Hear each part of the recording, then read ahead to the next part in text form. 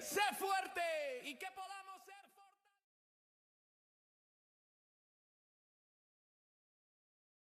Soy la hermana Marisol y normalmente enseño los lunes en las clases de discipulado, pero en esta tarde me ha tocado el privilegio de compartir la parashá con ustedes, parashá Beja Aloteja, eh, la lectura de la Torá. Olvidé escribirla aquí, pero es el número capítulo 8 hasta el capítulo 12, si Zacarías, las Haftará, Zacarías 14. Y la Brihada ya hay varios, pero normalmente usamos el de revelación. Amén. Vamos entonces a comenzar con la bendición de la Torah y hacemos nuestra oración.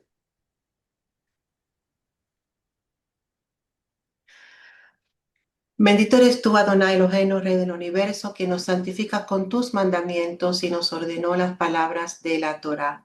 Bendito eres tú, Adonai Eloheinu, Rey del universo, que nos escogió de entre todos los pueblos y nos dio su Torá. Bendito eres tú, Adonai, dador de la Torá. Abba, te doy gracias en esta tarde por esta bendición, Padre, que tú nos has conferido.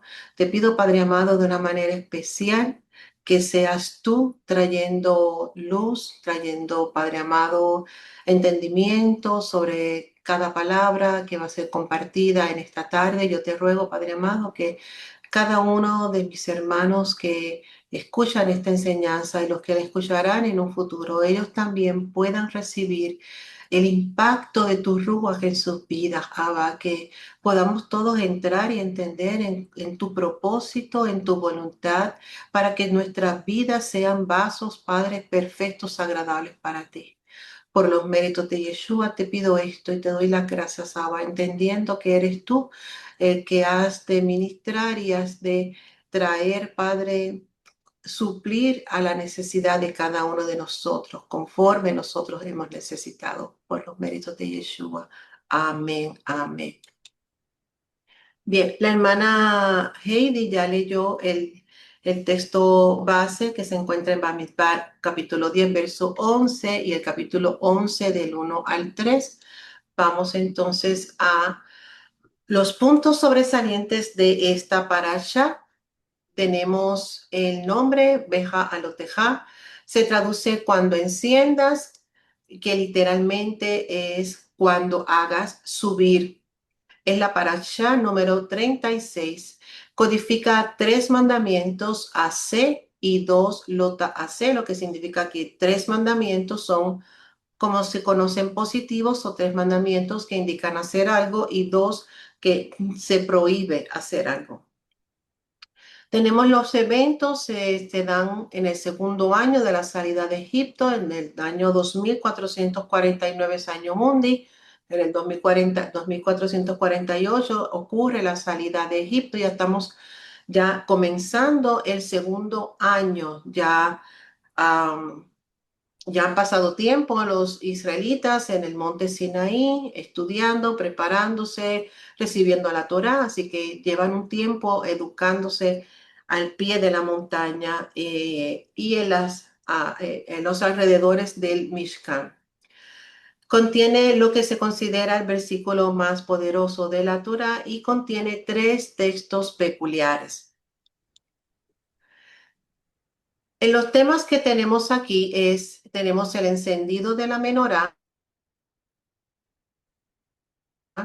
la consagración de los levitas, el Corban Pesach Sheni, que es el segundo Pesach, el que se realiza para las personas que no pudieron hacerlo por motivos de impureza ritual o por algún viaje que tiene, ¿verdad?, sus regulaciones y especificaciones, no es por cualquier viaje.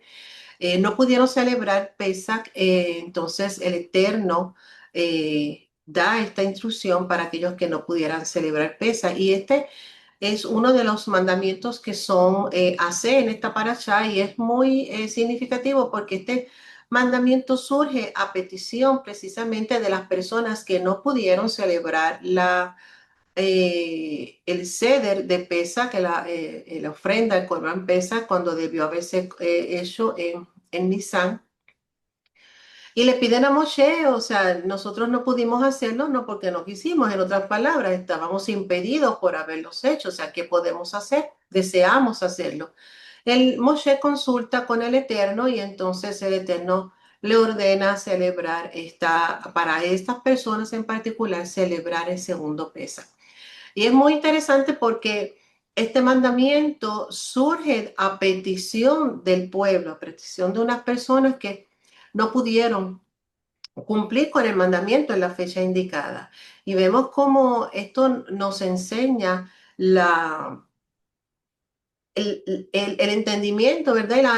Y la compasión del Eterno de ver el deseo de las personas de poder celebrar a una fecha tan importante y les concede entonces este momento para hacerlo. Y vemos cómo el Eterno da esas segundas oportunidades, provee esos segundos momentos para poder cumplir con el mandamiento y ordena el mandamiento. O sea, me hace pensar que si nunca nadie lo hubiera pedido, seguramente tampoco el Eterno lo hubiera ordenado, puesto que ese mandamiento nace del deseo del corazón del hombre. No viene como el mandamiento original del 14 de Nisan, sino que viene por el deseo del hombre.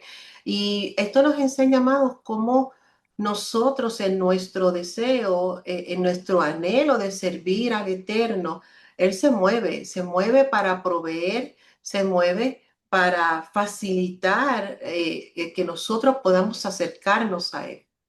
También tenemos el mandamiento de las Hatzotzerah, que son las trompetas de plata, las instrucciones sobre los viajes, las paradas. Hay también el tema de diferentes quejas, hay más de una en esta parashá. La asignación del Sanedrín, Yahweh envía codornices y tenemos al final del capítulo 12 el conflicto con Aarón y Miriam. Y el título que escogí para esta parashá, para esta reflexión es El carácter de Israel determina su destino.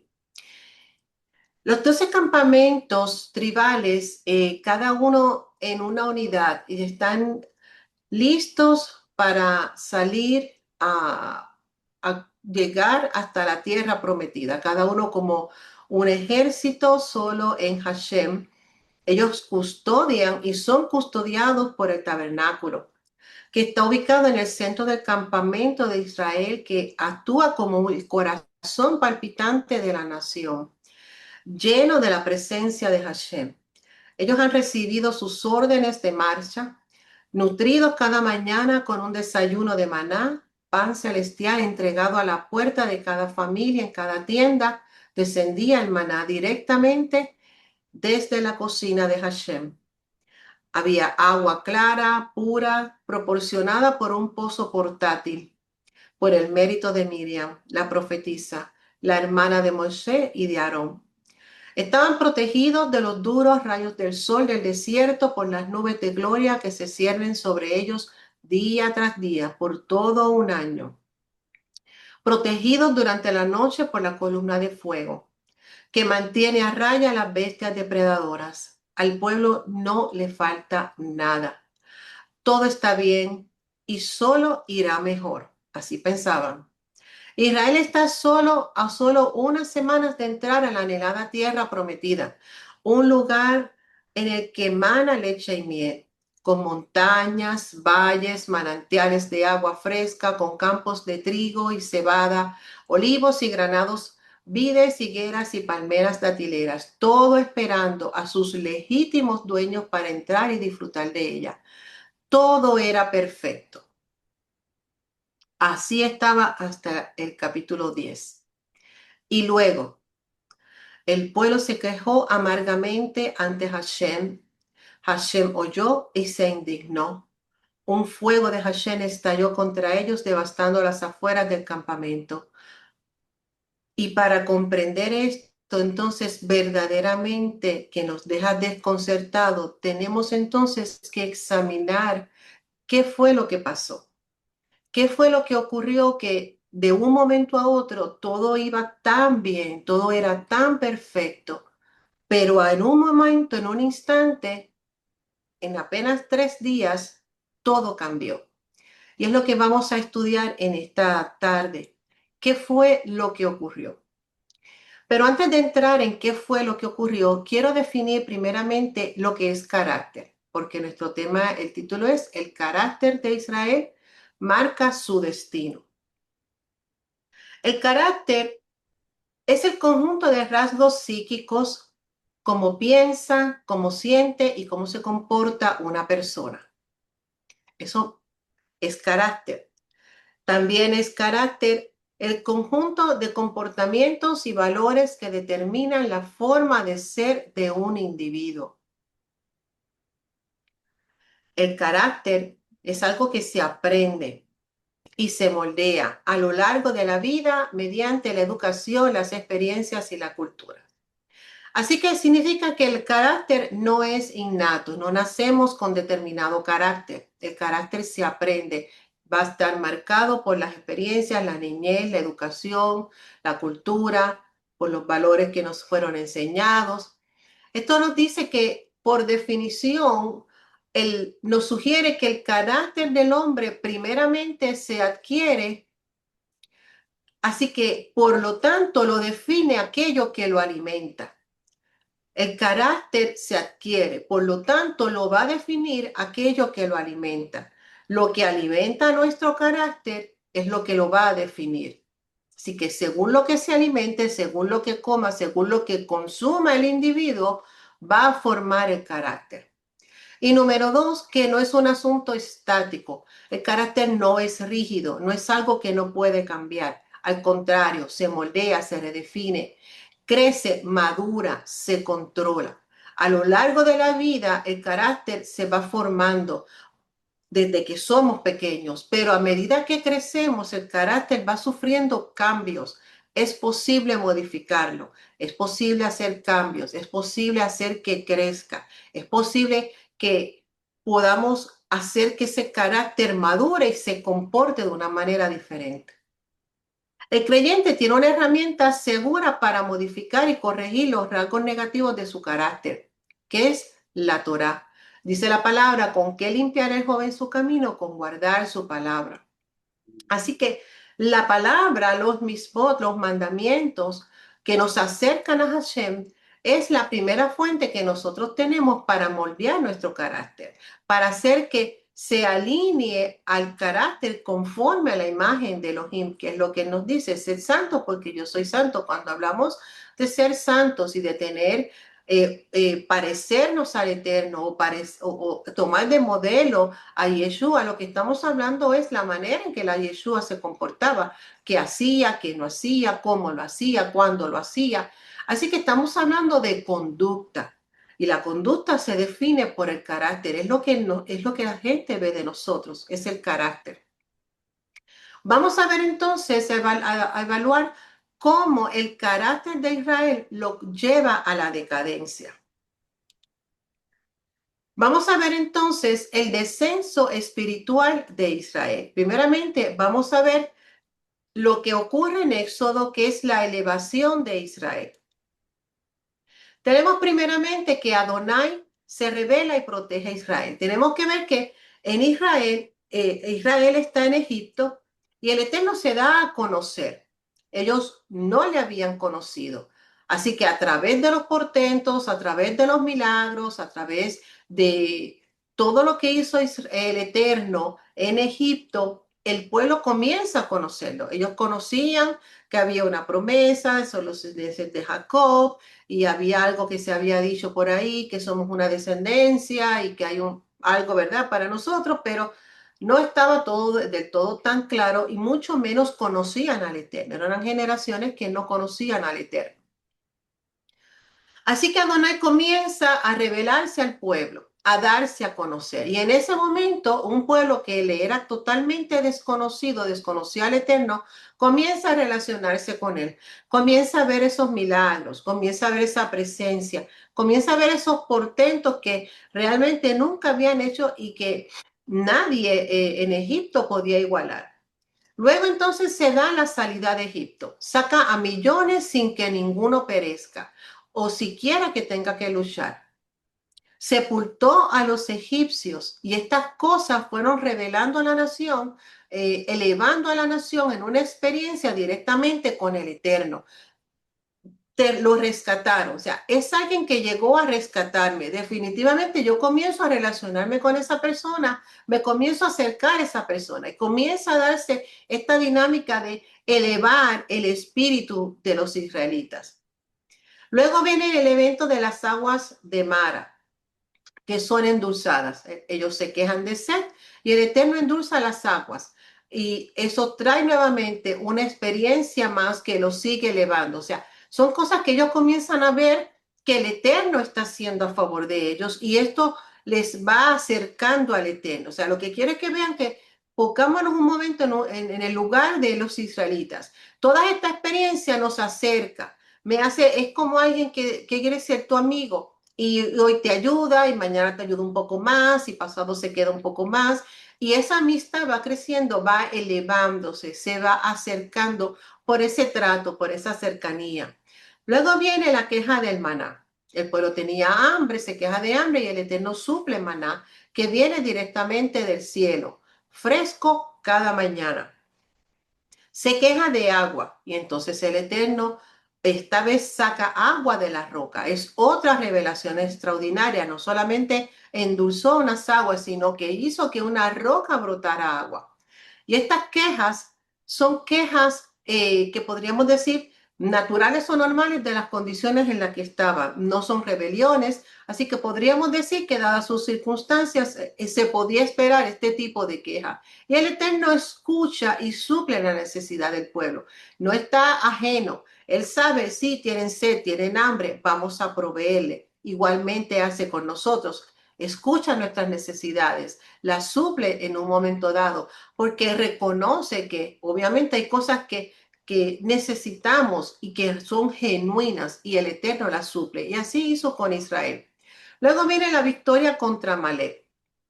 Una victoria también totalmente sobrenatural, con Moshe levantando las manos, con la ayuda de Aarón y de su hermano Ur lograron la victoria contra Amalek.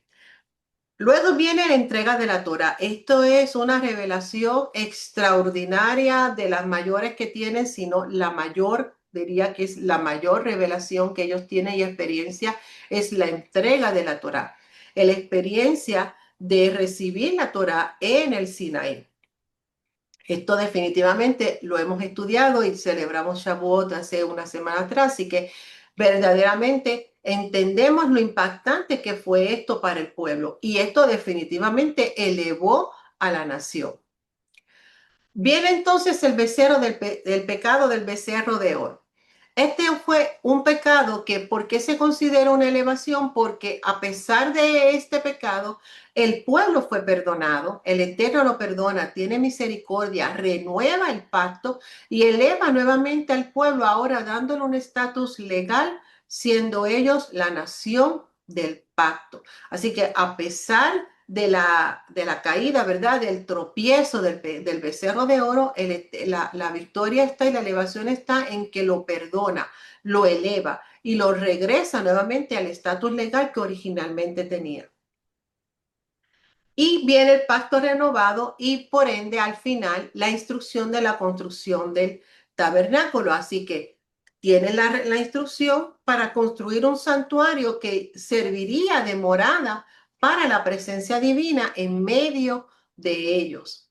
Así que cada experiencia de este evento tenía como finalidad elevar al pueblo para que el pueblo creciera en fe, creciera en confianza, para que el pueblo se acercara e ir quitando esa característica de ser un pueblo esclavizado para traerlo entonces a ser un pueblo libre, un pueblo cercano a él, un pueblo que le sirviera, un pueblo separado. Así que en eso tenía que ir gradualmente elevando al pueblo a través de esas experiencias que lo iban acercando a él. Pero luego llega Bamidbar. Y aquí vemos entonces la decadencia del pueblo. Y aquí inicia entonces un patrón de decadencia que inicia precisamente en nuestra parashá, con el rechazo del maná. Luego viene la murmuración por Miriam y Aarón. Además del rechazo del maná, están también el evento de las codornices y hay otro rechazo más que vamos a ver hoy, otra murmuración. Está el reporte negativo de los espías, que aunque dos fueron positivos, pero la mayoría fue negativo, así que esto produjo en el pueblo una rebelión, deseando volver a Egipto. Así que quiero que vayan imaginándose, o sea, ya quizás este ejercicio lo hemos hecho, cómo el pueblo ha llegado a un punto de elevación, de ser la nación del pacto y de momento quieren regresar a Egipto. Viene entonces la derrota enorme, la rebelión de Coré, que eso fue realmente una experiencia desastrosa para el pueblo, la murmuración por agua y el pecado de Baal peor, ya en los límites, ¿verdad? Cerca ya para entrar a la tierra prometida, ya viene entonces este último revés. Vamos a ver esto en una gráfica para que podamos visualizar un poco lo que les estoy diciendo. En el primer año tenemos el proceso de elevación, cuando son rescatados. Tenemos primeramente, Yahweh se revela. Tenemos la salida de Egipto. Van elevándose en la experiencia de las aguas de Mara, agua de la peña, Amalek vencido, entrega de la Torá, el becerro de oro y el pacto renovado y el Mishkan. Aquí el Eterno hace una serie de milagros y portentos para provocar que el pueblo se eleve, que levante su espíritu, su fe y su confianza en él, haciendo que la nación, haciendo de ellos la nación que prometió a su padre Abraham. Recordemos que ellos eran los descendientes, pero el Eterno tenía una promesa con Abraham. Así que estaba trabajando con el pueblo para convertirnos en lo que le había prometido a Abraham. Pero llega un momento en donde controla la mente la actitud del pueblo, y la queja y la rebelión. Y ese punto de decadencia comienza aquí. Lo último que ocurre en este tiempo es el censo y las jornadas, que fue lo que hemos aprendido en las primeras dos parashas de Bamidbar. El Eterno elevó, contó por cabezas. Vemos que los temas nació, elevación, contar, incluir. Eso es lo que el Eterno está tratando de hacer con el pueblo. Que el pueblo se reconozca, que el pueblo sepa a quién pertenece, que tenga una identidad, que se miren a sí mismos como lo que son, el pueblo escogido. Y una vez hace esto con el pueblo, comienzan las jornadas. En estas jornadas se establece un ejército, se cuenta, se conforma el ejército, ya se ha construido el Mishkan, se santifica a los levitas, ya se habían hecho con los sacerdotes. O sea, todas estas cosas han comenzado, se dieron para traer y elevar al pueblo. Pero ¿qué sucede? Inicia un descenso. A partir del segundo año, el pueblo comienza entonces a descender. Esto dado por una mente que está controlada por una actitud de queja y de rebelión. ¿Qué tenemos entonces a partir del segundo año? Tenemos el rechazo del maná. Tenemos a Miriam y Aarón, la murmuración de Miriam y Aarón. Tenemos los espías con su reporte pesimista, tenemos la rebelión de Israel, la derrota enorme, la rebelión de Cora, murmuran por agua y por último, Baal peor. Esto comienza entonces, amados, a ir cuesta abajo de mal en peor. Todo el trabajo que el Eterno había hecho en elevarlos, podríamos decir lo que se pierde por un carácter flaco, un carácter frágil, un carácter vulnerable. Y un pecado es mayor que el otro hasta terminar prácticamente en idolatría. ¿Qué nos enseña esto, amados? Que los pecados van en incremento y cuando no hay teshuvá, solo la teshuvá es la que puede revertir el efecto dominó de la decadencia espiritual. Lo único que pudo haber revertido esto en el pueblo era el arrepentimiento, pero no hubo un arrepentimiento genuino. Por lo tanto, no hubo reversión, no se pudo revertir esto. Solamente lo que podía dar marcha atrás era la teshuvá. Un pecado no resuelto lleva a otra decadencia y a otra decadencia, a un descenso. En la elevación vamos dejando atrás lo que impide o lo que estorba el crecimiento espiritual. Es algo que es paralelo. En la medida en que nos elevamos, nos alejamos de la decadencia. Pero en la medida en que nos detenemos, avanza la decadencia. Es como algo que es decir, como algo inverso. Si no subo la escalera para elevarme, inevitablemente estoy bajando para descender. Entonces, ¿qué debemos preguntarnos? ¿Qué destino quiero tomar hoy? Porque la realidad es que cuando pensé en el título, que lo estuve meditando bastante sobre este mensaje, suena bastante determinante decir que el carácter determina el destino. Pero la realidad es que cuando analizamos la historia y tomamos el ejemplo de Israel, es el carácter, ya dimos la definición de lo que era carácter, es el carácter lo que toma control en las decisiones y la manera en que el pueblo expresa sus emociones, sus sentimientos a través de un carácter que, como les dije, un carácter muy frágil, un carácter flaco, y esas decisiones a través de ese carácter, esos gestos, esas acciones determinan un destino, porque cada una de ellos trajo una consecuencia. Entonces nos podemos preguntar hoy, ¿qué destino quiero tomar hoy? ¿Cuál es el camino al cual yo quiero ir? Pero exactamente la pregunta sería, ¿hacia dónde me dirige mi carácter? Porque el carácter va a determinar hacia dónde yo voy. Si volvemos al ejemplo de la escalera que les hice, cuando nos acercamos al Eterno, cuando el pueblo se acercaba al Eterno, se elevaba, cuando permitía que el Eterno trabajara en su vida y le reconocía y se acercaba a él, el pueblo se elevaba cada vez en una experiencia mayor hasta llegar a recibir la Torá. Pero cuando el pueblo comenzó a dejar rienda suelta a su carácter, a sus frustraciones, a sus emociones, inevitablemente comenzó a descender. No fue culpa del Eterno, fue culpa de cada persona, de cada individuo, que se permitió dejarle libre albedrío a su carácter, una rienda suelta. Así que la pregunta más específica es, ¿a dónde me dirige mi carácter? Mi comportamiento, mis acciones, mis decisiones, cómo yo filtro mis emociones, hacia dónde me llevan, me elevan o me hacen descender. ¿Me estoy elevando o voy en picada?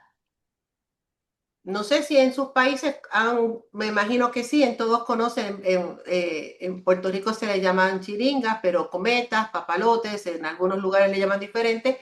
Todos seguramente han volado uno. Y elevar al cometa es muy emocionante, verlo allá arriba con todo el sol, el viento dándole, pero qué pena cuando después que está tan alto comienza a caer en picada. Después del trabajo y del esfuerzo, da más trabajo subirla que bajarla, porque cuando ella dice a bajar, cae en picada y llega al suelo. Y ese es el ejemplo que les pongo. Elevar nuestra vida conlleva meditar en estas cosas y pensar, ¿mi vida está siendo elevada o mi vida está descendiendo? Porque si no me estoy elevando, como les expliqué, inevitablemente va descendiendo. Por lo tanto, nuestro carácter nos va a llevar a tomar decisiones que van a elegir un camino, o me dirijo hacia un lado o me dirijo hacia el otro. Todo esto según mi carácter. Vamos entonces a Bamidbar 11:1.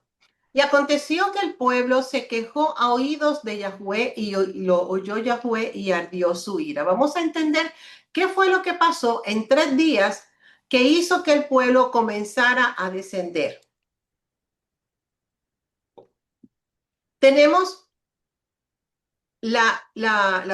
esta primera parte del versículo 1. Vaihi hayam kemit tonenim. Y el pueblo se quejó. Y la última palabra, ra, que es mal, o aquí está traducida como adversidad, lo vamos a ver más adelante.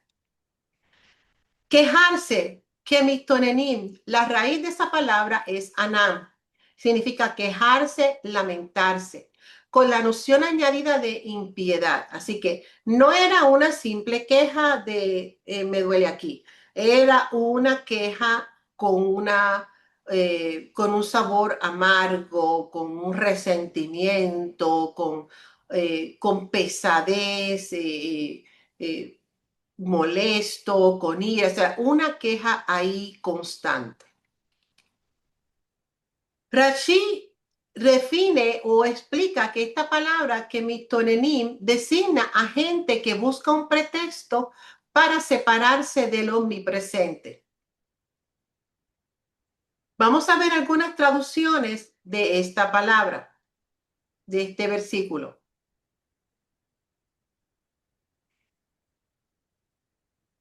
Y el pueblo se quejó ante el Señor acerca de desgracias, acerca de sus desgracias, dice esta versión. Tenemos otra versión. Pronto el pueblo comenzó a quejarse de sus dificultades. El pueblo se quejó de sus aflicciones. Esas son 3 de varias de las traducciones. Algunas tienen otras diferentes, pero es la manera en que se traducen las dificultades. Ra, como maliciosamente. No se indica el fundamento de la queja, pero sí estos versículos se interpretan como una continuación de los anteriores, del capítulo 10, del 29 al 36. Entonces la queja se hace evidente. Según Rashban, el pueblo se oponía a sus condiciones de vida en el desierto. Específicamente se quejaban de las marchas forzadas.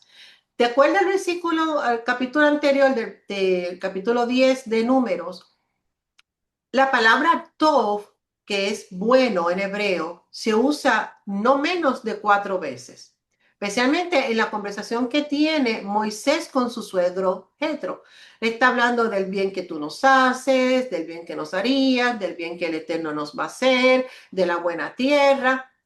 Así que eso nos indica, según el comentarista y según la opinión de Rashban y la opinión de muchos de los sabios, que el contexto es que todo iba bien, entonces si hubo una queja no era porque había algo mal. ¿Me comprende? Si el pueblo se quejó no era porque algo estaba pasando mal. Se quejó porque se quiso quejar, porque la queja en sí era el problema. Según Rashi, estas personas buscaban pretextos para alejarse de Hashem. El contexto anterior nos dice que todo estaba bien. ¿Cómo pudo cambiar entonces esta actitud repentinamente? Como hemos visto en estas traducciones, la queja no era por algo malo, porque no estaba pasando nada malo, sino que las quejas en sí eran las malas. Quejarse cuando nada estaba sucediendo, eso era lo que era malo. Tenemos entonces un grupo de personas expresando su frustración, su inconformidad, sus dudas, sus quejas, sus murmuraciones, sin fundamento alguno a Hashem. Estas quejas difieren de cuando salieron de Egipto, que tuvieron hambre y se les dio maná, también se les dio carne. No es la primera vez que se les daba carne, ni tampoco maná. Ya había ocurrido en Shemot, capítulo 16, 4. Nos dice, yo he oído las murmuraciones de los hijos de Israel.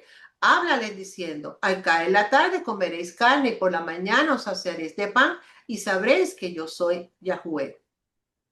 ¿Cuál es la diferencia? Que esto no es meramente hambre, esto es exigir un menú, es inconformidad, es falta de agradecimiento. Y todo esto sucede 3 días después de salir de Sinaí. Así que la manera en que ellos filtran las emociones, porque era tal vez justificado sentirse cansados, tal vez sentirse agobiados, tal vez tener un poco de incertidumbre, porque todos tenemos incertidumbres en nuestra vida. Ustedes tienen incertidumbre, yo tengo mi incertidumbre. No es que no las tengamos, pero sabemos cómo las manejamos. Al menos debemos saber cómo manejarlas. Una duda, una incertidumbre no me puede llevar a mí a dudar de la bondad de Hashem. ¿Me siguen? Y eso es lo que se llama carácter. Es lo que pone ese alto entre lo que yo siento y cómo yo lo expreso.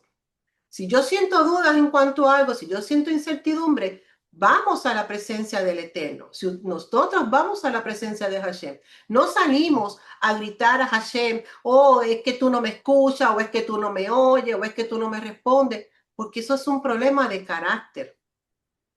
Y ahí es que está el problema.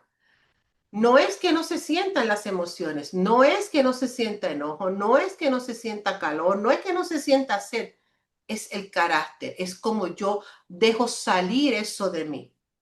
Si yo lo puedo controlar, si yo lo puedo sujetar según el Espíritu, según los frutos del Espíritu, entonces yo puedo controlar esas emociones y no permitir que inflijan falta de respeto al Eterno, que no falte al Eterno con mis acciones por mi falta, mi inmadurez de cómo manejar el carácter.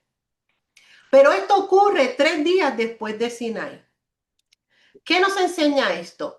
Si queremos elevar nuestra vida con Hashem, la experiencia con Hashem tiene que ir a donde vayas.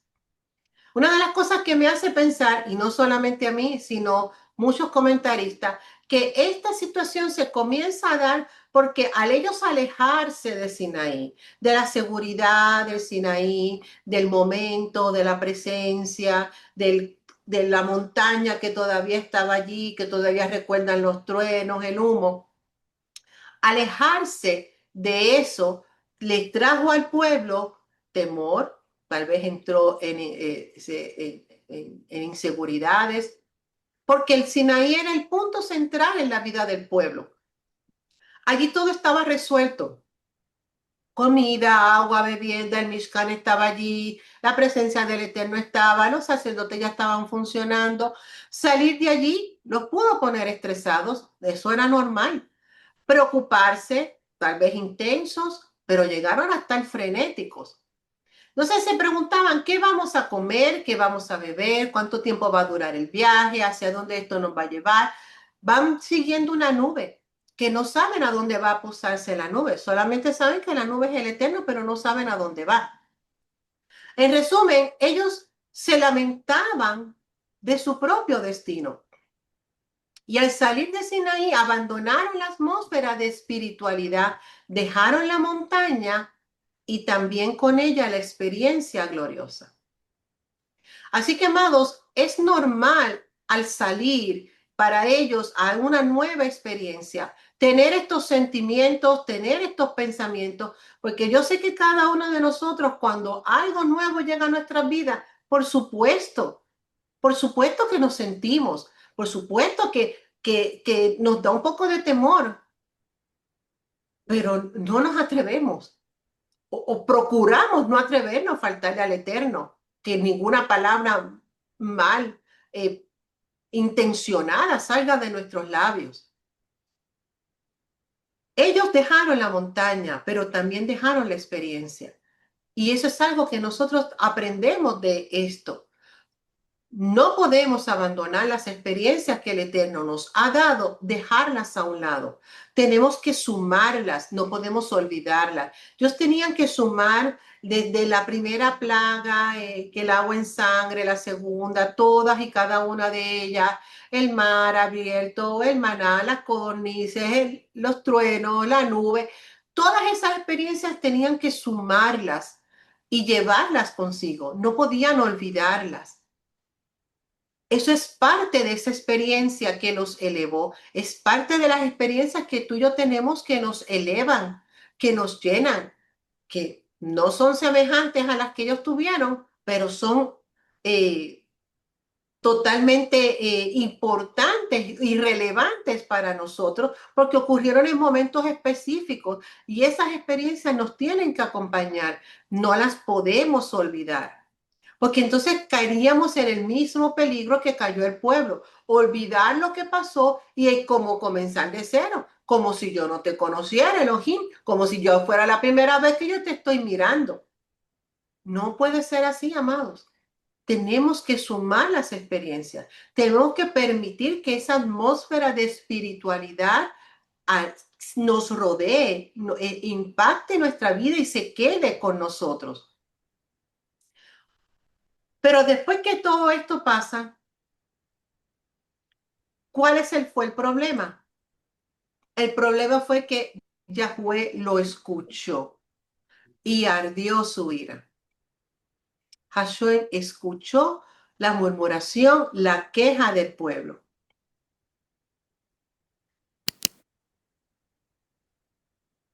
La raíz de esta palabra taberá es ba'ar y significa encender, consumir por el fuego.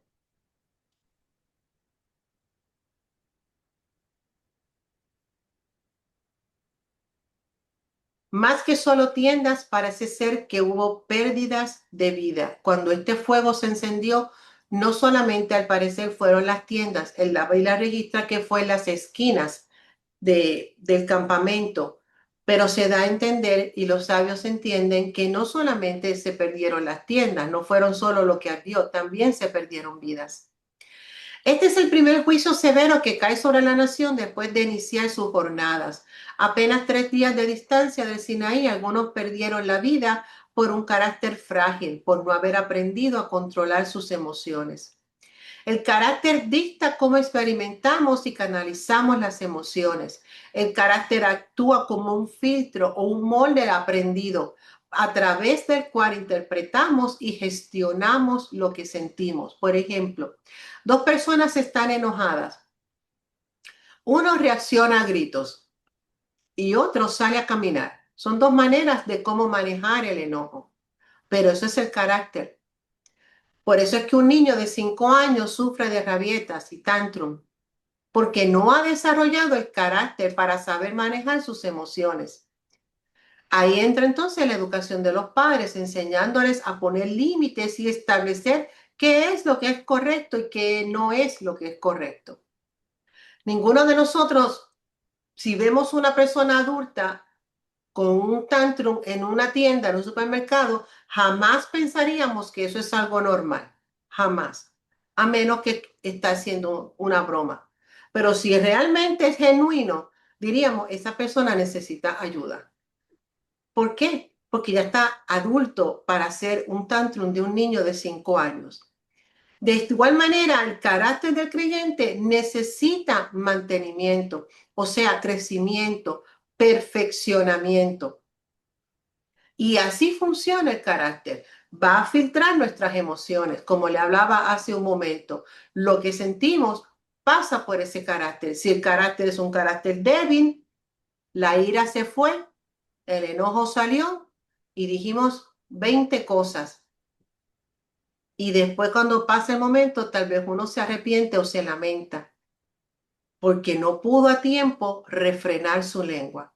Con todas, con las pérdidas, con el dolor, con la fe, con las dudas, con la incertidumbre, con la ansiedad, todas esas emociones se filtran a través del carácter. Si el carácter es frágil, es como decimos, es como como si estuviéramos abiertos al mundo y esto fuera como sin filtros, sin límites y sin nada. Como sale, lo pensamos, lo decimos, sin tener el cuidado. Pero la recomendación y el consejo bíblico es mantener un carácter fuerte, porque el de problema es, amado, como dice el versículo, Yahweh escuchó sus quejas y fue la queja del pueblo lo que encendió la ira del Eterno. No era que tal vez se sintieran incómodos, pero la queja amarga, el constante murmuración, cuchicheo y dale que es tarde, como me dirían en mi casa, y dale que es tarde, y dale que es tarde, eso despertó la ira de Yahweh. Y aquel lugar se llamó Taberá porque el fuego de Yahweh se encendió en ellos. La flaqueza de nuestro carácter marca el entorno. Eso fue algo que pude ver en este pasaje y luego comparándolo con otros pasajes de la Biblia. La flaqueza de nuestro carácter marca el entorno, sea para bendición y elevarnos o para juicio y decadencia. Cuando Jacob tuvo la experiencia donde en el sueño vio ángeles subir y ángeles bajar, ¿qué fue lo que hizo? Nombró aquella ciudad que ya tenía un nombre, se llamaba Luz, la nombró como Betel y puso allí una marca de bendición.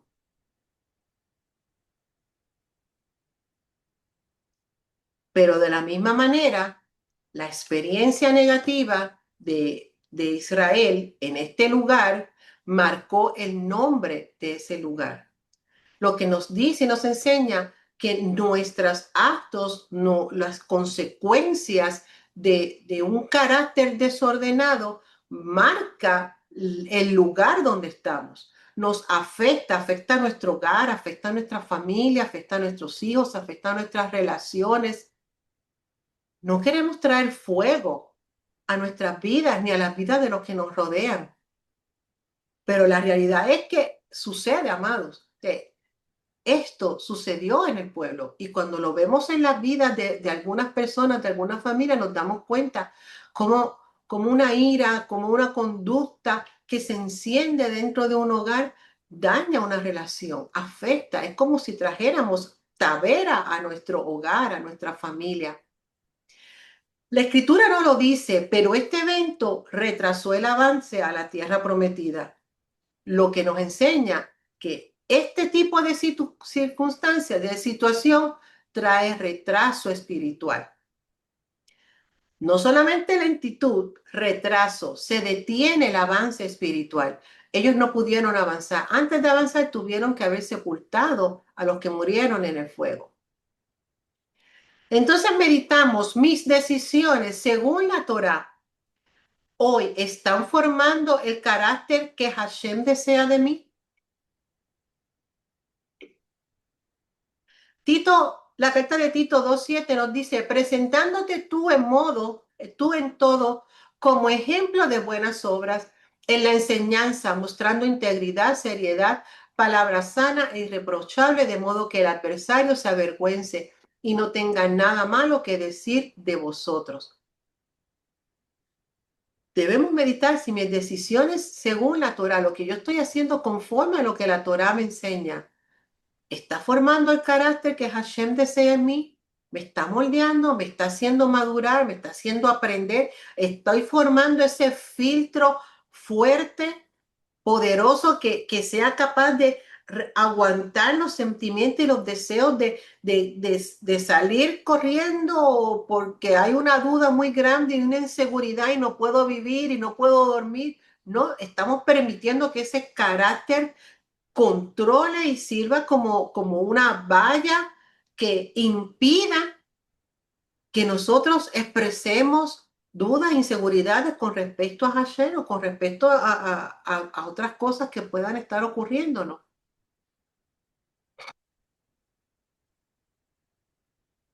Kibrot Hataabá, 11:4. Es el otro lugar donde ocurre otro evento que lo quiero ver rápidamente. Aunque son dos lugares, quiero hacer la salvedad. De acuerdo a los comentaristas, consideran que es el mismo lugar, puesto que Taberá no aparece en las jornadas en Devarim. Así que sí aparece Kibrot. Aparentemente, esa área le llamaron Taberá y si lo buscan en el mapa se va a ver que es Taberá, pero aparentemente entienden que es un mismo lugar. No se había movido de ahí todavía. Y la gente extranjera que se mezcló con ellos tuvo un vivo deseo y los hijos de Israel también volvieron a llorar y dijeron, ¿quién nos diera a comer carne? Nos acordamos del pescado que comíamos en Egipto de balde, de los pepinos, los melones, los puerros, las cebollas, los ajos, y ahora nuestra alma se seca, pues nada sino este maná ve en nuestros ojos. 4 puntos quiero ver aquí. Primero hay una multitud mixta. La multitud que ya hemos visto que salió juntamente con el pueblo de Israel de Egipto. Esta multitud mixta nos enseña a tener cuidado a quien tenemos cerca. Porque a veces el que tenemos cerca, si él viene de una multitud mixta, que los sabios tienen otro nombre para ellos, y de todo esto sería otra enseñanza. Solamente lo que quiero es que veamos el patrón de cómo esa decadencia se da. Definitivamente influyó en el pueblo de Israel. Cuando el carácter no madura, distorsiona la realidad, la ciega y no permite ver lo bueno que tienen ante sí. Cuando ellos dicen, nos acordamos del pescado que comíamos en Egipto, los pepinos, los puerros, y uno se pregunta, bueno, pero si aún para hacer los bloques, para la construir, ellos mismos tenían que buscar la paja y entonces les servían puerros, cebolla, o sea, ¿en serio? ¿Estás anhelando algo que seguramente no tenías allí? Los sabios tienen otra explicación para eso, pero no lo vamos a ver hoy. Lo cierto es que cuando el carácter no madura, distorsiona la realidad y no permite ver lo bueno que tienen ante sí. Ellos acaban de ver el juicio divino y llegan donde Moisés con una nueva queja. O sea, como les decía al principio, un pecado lleva a otro y una decadencia y no bien se había apagado el fuego en Taberá, ya ellos estaban pensando en la próxima queja. Esto nos demuestra cómo crece la decadencia espiritual en el pueblo. El pueblo va en decadencia, va bajando. Una cosa lo lleva a la otra. Y esto nos enseña, amados, que cuando algo sucede en nuestras vidas, tenemos que pescarla rápido, tenemos que arrepentirnos, tenemos que trabajarla, porque una situación nos lleva a otra y nos enfría espiritualmente, que es lo que sería el equivalente de una decadencia. Nos enfría, nos aleja espiritualmente. Ya no tenemos deseo de congregarnos, ya no tenemos deseo de cantar, ya no tenemos deseo de servir. Eso es una decadencia. Nos vamos enfriando y nos vamos alejando. Pero el pueblo dirá, santificaos para mañana y comeréis carne, porque habéis llorado en oídos de Yahweh diciendo, ¿quién nos diera a comer carne? Ciertamente mejor nos iba en Egipto, pues os dará carne y comeréis. No comeréis un día, ni 2 días, ni 5 días, ni 10 días, ni 20 días, sino hasta un mes entero, hasta que os salga por las narices y la aborrezcáis por cuanto menospreciasteis a Yahweh que está en medio de vosotros y llorasteis delante de él diciendo, ¿para qué salimos acá de Egipto? Vamos viendo, amados, que el tono de la queja es cada vez mayor y proporcionalmente también la ira del Eterno. Ambas cosas van escalando, van escalando. Y si vamos viendo, ellos cada vez son más libres expresando lo que sienten.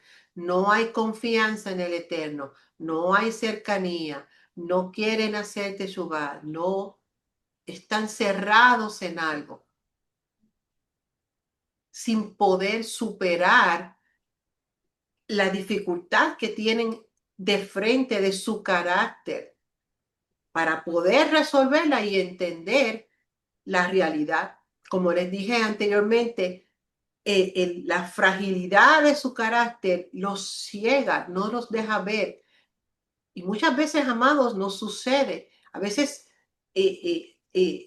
lo que sentimos, le damos tanto color, como eso lo digo yo, le damos tanto color a una emoción y no vemos el poder del Eterno, no vemos la realidad y a eso nos tenemos que educar, a eso nos tenemos que fijar, a que no puedo darle rienda suelta a una emoción de una inseguridad, de una ansiedad. Yo tengo que mantenerme en una fe, en una emuná, porque yo tengo unas experiencias y porque yo sigo creyendo y seguimos parados en la promesa del Eterno. ¿Qué sucedió?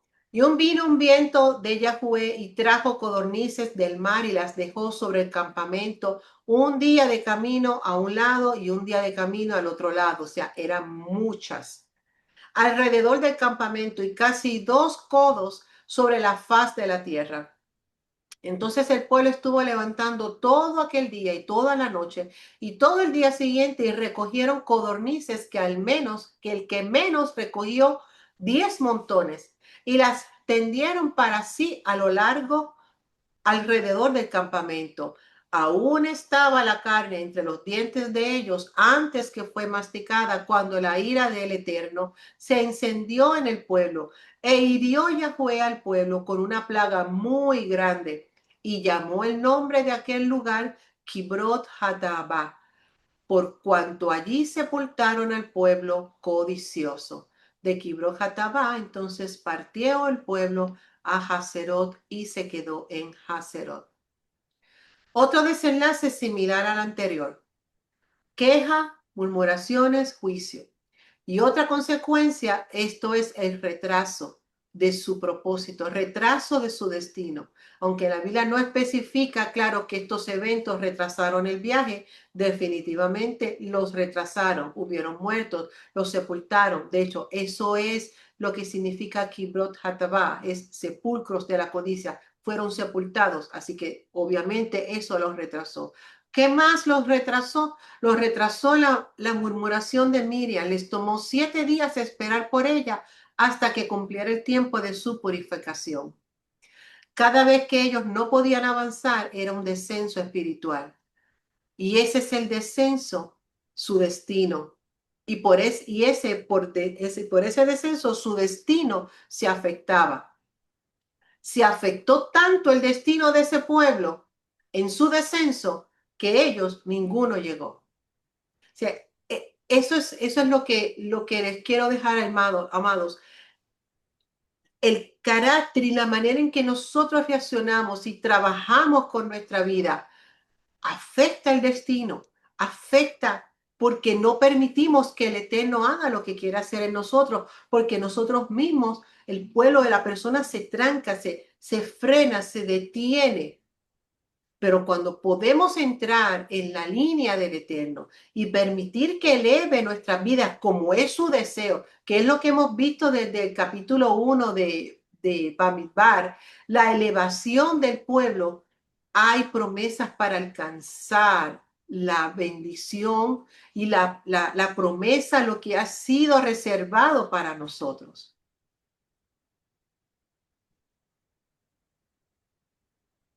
El caminar junto a Hashem debe transformar nuestro carácter.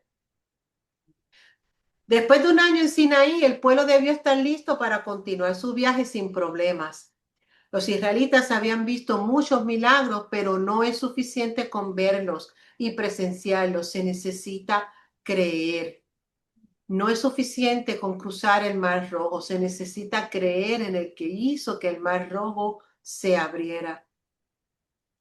Nosotros hemos experimentado milagros y nos los gozamos y los recordamos, pero necesitamos creer que el que lo hizo lo volverá a hacer y sigue haciéndolo. Cada experiencia espiritual nos debe preparar para el siguiente paso.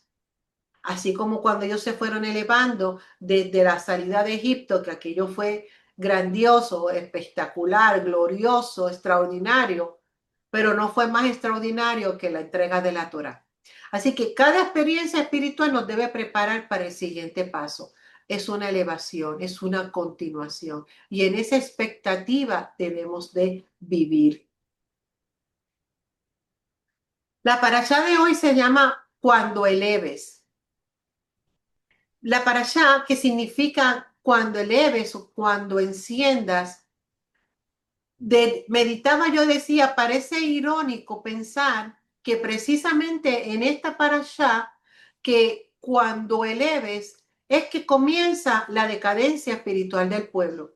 Y meditaba yo en esto, cómo era posible que algo tan bonito, tan espiritual, tan hermoso como la menorá, el aceite, la consagración de los levitas, el partir, el ver el campamento partir con la nube moviéndose y el arca dirigiendo al pueblo. Y yo me preguntaba, ¿cómo es posible que en una paracha como esta entonces tengamos estas situaciones apenas 3 días que no habían salido bien de Sinaí? Y posiblemente ustedes tienen su teoría, y si no, les invito a que piensen su teoría de por qué eso sucedió ahí. Yo les voy a decir la mía. Esto me habla a mí, amados, de ser precavidos, de ser constantes, de estar vigilantes, de que, como dice la Biblia, del que esté firme, mire que no caiga. Porque las circunstancias pueden cambiar en un día, en 2 días, en 3 días, de forma que marcan el destino del pueblo. Y como vimos, fueron bajando y degradando y degradando y degradándose. Así que esta parasha nos habla de mantener presente en nuestras vidas la prioridad por encima de todo de elevar nuestra vida, de elevar nuestra menorá, de elevar la llama de fuego dentro de nosotros, no en pese a las circunstancias. Es lo que nos está diciendo. Cuando salgas de aquí te vas a encontrar con muchas dificultades, pero no olvides mantener la elevación que has recibido. No olvides continuar añadiendo aceite a tu menorá para que sigas elevándote. No des rienda suelta a tus emociones. No permita que las circunstancias saquen lo peor de ti. Recuerda elevarte. Es un peligro descuidar esta elevación. ¿Cómo escaparemos si descuidamos una salvación tan grande? Dice la Escritura.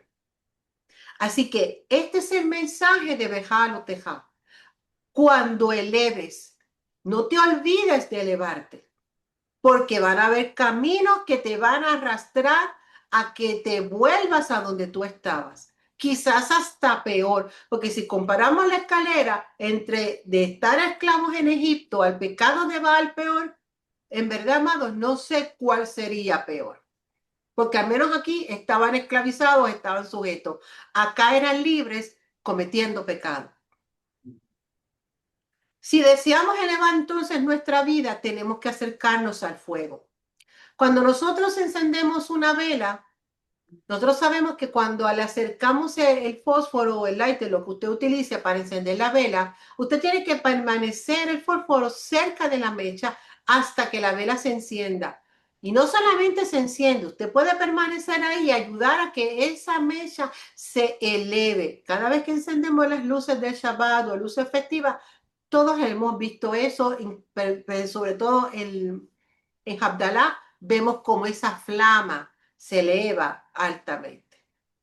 Entonces, la Torá es fuego y es ella la que encenderá nuestra menorá y nuestra luz interna. ¿Por qué decimos que la Torá es fuego? Porque lo dice la Escritura, la Torá es Torá de fuego. Los que están en las clases de discipulado hemos visto esto. La Torá es fuego. La menorá representa el árbol de vida, representa a Yeshua. Yeshua es la Torá viviente, así que si nos queremos elevar, tenemos que acercarnos a la Torá.